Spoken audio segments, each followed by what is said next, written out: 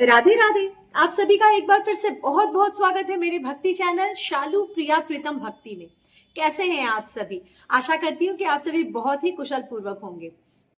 तो आज बात करेंगे हम लोग आने वाली जो मार्गशीर्ष माह चल रहा है उसके शुक्ल पक्ष की एकादशी तिथि जो कि मोक्षदा एकादशी के नाम से जानी जाती है। मोक्षदा एकादशी इसको इसलिए कहते हैं क्योंकि ये जो दिन है वो पितरों, जो हमारे पितृ होते हैं, जो हमारे पूर्वज हैं, उनको मोक्ष की प्राप्ति कराने का सर्वोत्तम दिन होता है। कहा जाता है कि जो भी पितृ हमारे या फिर जो भी हमारे पूर्वज नरक में भटक रहे हैं या फिर उनको किसी कारणवश मोक्ष की प्राप्ति नहीं हुई है, तो इस एकादशी के दिन दक्षिण दिशा की ओर मुंह करके वो जो लोटे का जल होता है और काला तिल डाल के तर्पण करते हैं, जो कि हम लोग पितृ पूजा में भी करते हैं। अगर वैसे तर्पण किया जाता है तो उनको मोक्ष की प्राप्ति होती है और वैकुंठ जाने में सहायता मिलती है। तो इस वजह से इनको मोक्षदा एकादशी का नाम दिया गया है। साथ ही साथ इसी दिन मनाई जाती है गीता जयंती, और गीता जयंती मनाने के पीछे कारण यह है कि यही वो एकादशी का दिन है जिस दिन कुरुक्षेत्र के मैदान में हमारे कृष्ण भगवान ने अर्जुन जी को कथा, जो कि गीता का सार उन्होंने सुनाया था, भागवत गीता सुनाई थी। तो इस वजह से इस दिन को गीता जयंती के रूप में भी मनाया जाता है। एकादशी आप करें या नहीं करें, उपवास रखें या नहीं रखें, लेकिन भागवत गीता का कोई ना कोई अध्याय आप लोगों को इस दिन जरूर पढ़ना चाहिए। और गीता के पुस्तक अगर आप चाहें तो दान में भी दे सकते हैं इस दिन। और पुस्तक की पूजा जरूर की जानी चाहिए, धूप दीप अगरबत्ती जरूर दिखानी चाहिए और एक अध्याय जरूर पढ़ना चाहिए। चाहे तो आप ज्यादा अध्याय भी पढ़ें, पर एक अध्याय तो जरूर पढ़ना चाहिए। तो ये हो गया गीता जयंती का बात। तो अब मैं बताती हूँ कि मोक्षदा एकादशी है वो किस दिन है। तो वो 1 दिसंबर 2025 को है।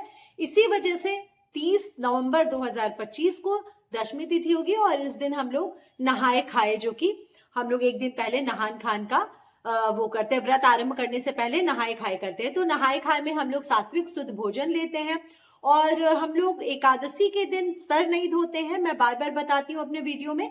तो हम लोग को दसवीं तिथि जो कि 30 नवंबर को है, उस दिन हम लोग को सर धो लेना है। और उस दिन रविवार का दिन है तो वैसे भी तो उस दिन बाल धो लेना है।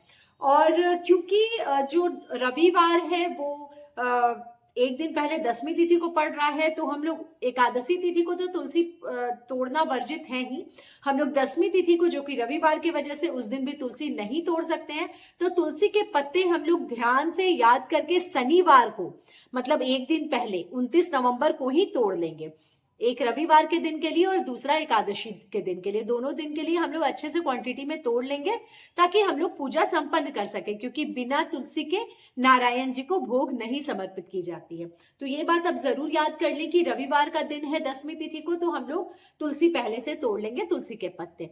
ठीक है। अब हम लोग को एक और जो विशेष काम करना है कि दीप दान जरूर करना है एकादशी के दिन। ये भी चीज को आप नोट कर लीजिए कि एकादशी के शाम में दीप दान जरूर करना चाहिए। कहा जाता है कि कई वर्षों की पूजा का तप मिलता है केवल एक दीप दान करने के लिए, और वो दीप दान अखंड होना चाहिए। अखंड दीप दान करना है हम लोग को एकादशी के रात्रि में। हो सके तो जागरण करिए, भजन कीर्तन करिए और अगर यथासंभव अखंड दीपक जरूर जलाएं। तो हम लोग जान लेते हैं कि मार्गशीर्ष माह का जो मोक्षदा एकादशी है उसका शुभ मुहूर्त कब है। तो एकादशी तिथि प्रारंभ हो रही है 30 नवंबर रविवार 9:30 बजे रात से, और एकादशी तिथि समाप्त हो रही है 1 दिसंबर सोमवार शाम 7:01 तक। तो इस हिसाब से हम लोग उदया तिथि के हिसाब से 1 दिसंबर को मोक्षदा एकादशी का व्रत रखेंगे। नहाए खाए के दिन हम लोग नहा के बाल धो के शुद्ध सात्विक भोजन करेंगे।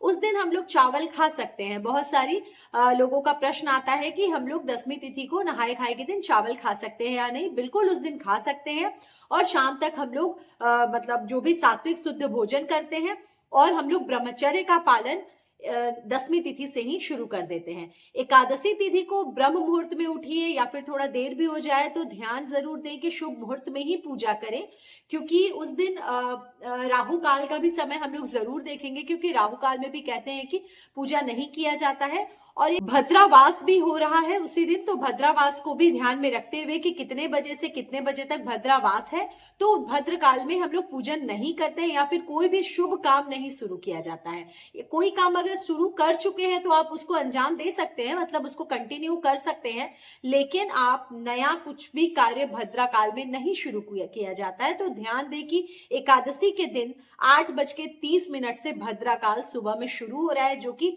शाम के 7:01 तक है।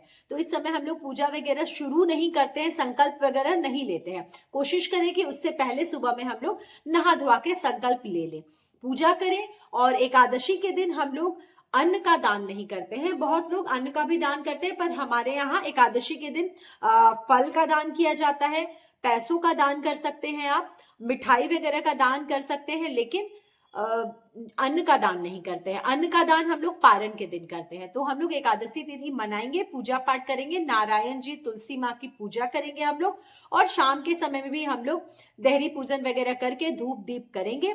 और अगर आप अखंड दीप जलाएंगे तो उसी दिन रात में आपको 1 दिसंबर के रात में आपको अखंड दीप दान करना है, और उसके बाद दूसरे दिन सुबह में आपको पारण करना है। द्वादशी तिथि के दिन हम लोगों को पारण करना है। तो पारण का भी शुभ मुहूर्त मैं आप लोगों को बताती हूँ, लेकिन ये बात जरूर आप ध्यान दें कि अन्न का दान हम लोग पारण के दिन में करेंगे सुबह में, और फल का दान हम लोग एकादशी तिथि के दिन करेंगे। 1 दिसंबर को ब्रह्म मुहूर्त है 5:20 से 6:08 में सुबह। तो कोशिश करें कि ब्रह्म मुहूर्त में उठ जाए, स्नान आदि कर ले, क्योंकि प्रातः काल को पूजा को जो समय है वह 5:35 से 6:56 तक है, और शाम में जो हम लोग संध्या पूजा करेंगे उसका समय 5:24 से 6:45 तक है। भद्रावास जो हमने बताया कि भद्रकाल हो रहा है, वो भद्राकाल 8:30 सुबह से 7:01 शाम तक है। तो कहते हैं मृत्यु लोक में ही इस बार हो रहा है भद्रकाल। तो कहा जाता है कोई भी शुभ काम इस बीच में नहीं किया जाता है, तो कोई भी नया काम आप लोग शुरू मत करिएगा सुबह 8:30 बजे से शाम के 7:01 तक। राहु काल सुबह 7:30 से 9 बजे तक है।